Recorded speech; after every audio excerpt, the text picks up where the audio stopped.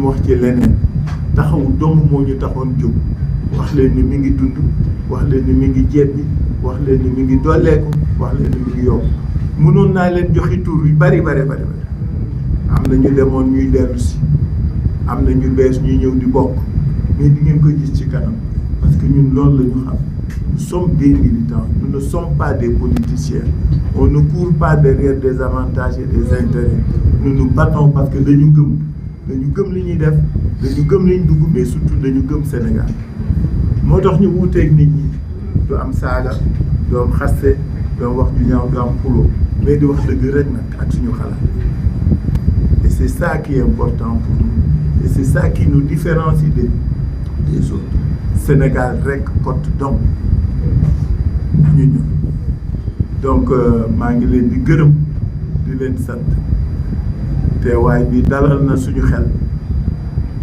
li ñu def sottal nañ ko en tout cas je voudrais vous remercier toute la presse présente aujourd'hui pour couvrir ce nouveau départ du mouvement Taxawu Sénégal.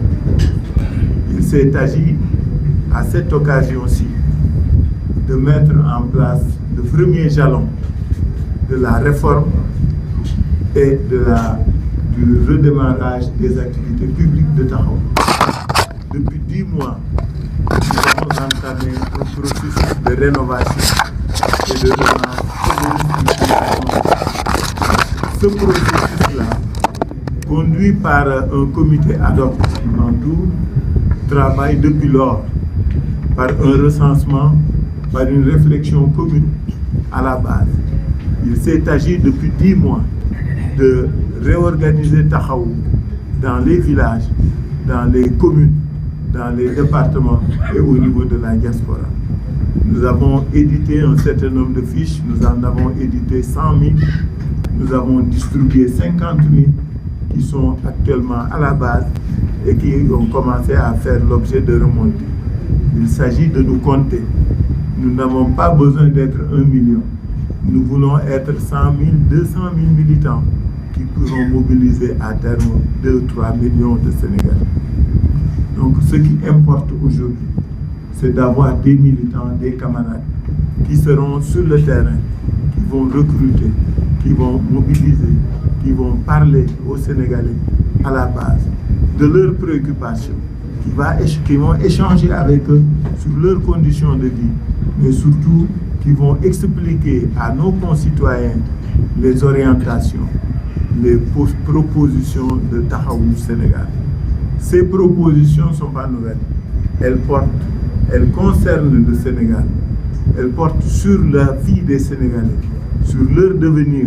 Comment faire en sorte que le Sénégal soit plus développé de manière plus hardie, plus inclusive, mais surtout de plus utile et rentable au peuple. Qu'on le veuille ou non, ce pays est à la traversée des chemins.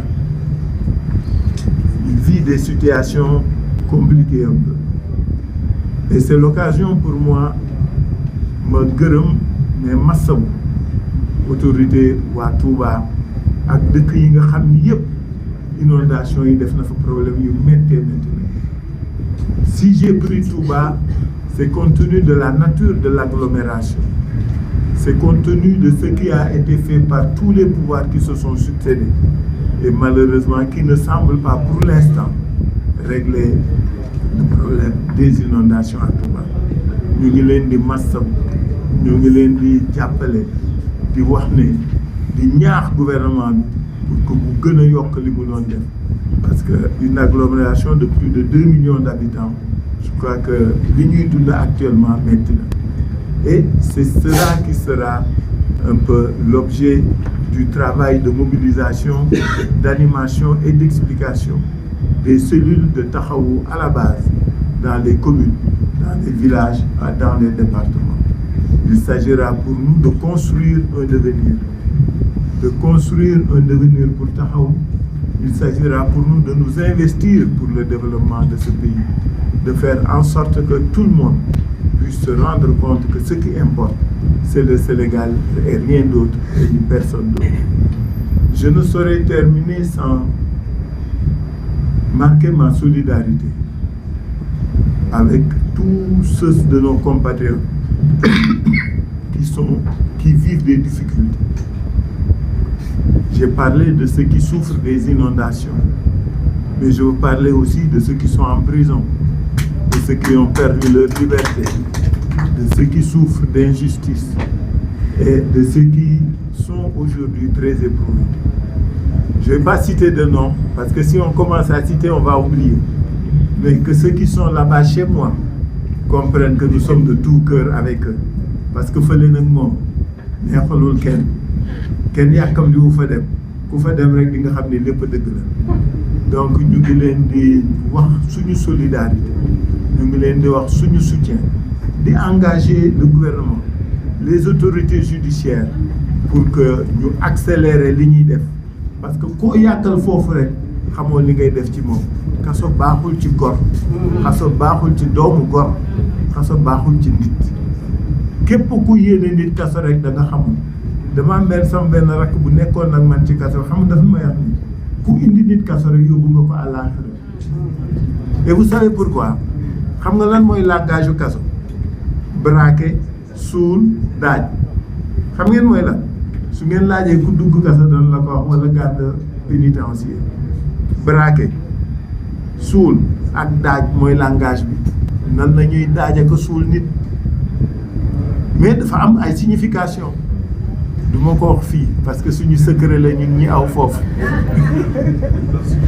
Mais dama bëgg wax ni ku fa nekk rek yaa ngi ci lu metti. On est de tout cœur avec tout ce monde. Nous sommes solidaires de ce qu'ils vivent et nous engageons toutes les autorités compétentes de l'État, de la justice à diligenter les procédures pour ñu génn fa. Kaso moom ku fa yóbbu nit rek wax ma ndax dana la baal de mais dana jafe mu fàtte. Loolu moom dama bëgg ñu xam ko ku fa tëdd 36 mois xam nga 32 mois moo leen di wax ak moom. Ñun ñi ko dund ñoo xam luy kaso, ñun ñoo xam lan mooy kaso, doomu gar xejul ci kaso. Donc dama bëgg wax ne nous sommes solidaires de tous ceux qui sont là-bas, tous sans exception. Muy homme politique bi mooy ki doon tux yàmbaar, mooy ki jël ganaaru jàmbur, mooy ki dajji butigu jàmbur. Metti na metti goo xam ne naam c'est des règles mais il faut yóbbu nit bal nga faa yóbbu nit war nga ko xalaat. daa taxawu et solidaire de tous ces combattants de la liberté, de tous ces Sénégalais qui sont aujourd'hui battus. Et nous demandons à ce que la justice puisse se faire très rapidement et de manière juste. Di wax ne ñu ngi ci campagne agricole boo xam ne ñu ngi dem metti na lool fan lay mujjee xam mais comme dañ ma mandaté de gars yi bi ñu may xool danaa waxaat ak yéen parce que je reprends la parole et inch'Allah boobaa daañu waxtaane suñu réew ak tolluwaayam mais lii laa leen bëggoon partager ak yéen taxawu daal ñu ngi jolli ñu ngi dekki dana dem ca kanam inch'Allah je vous remercie.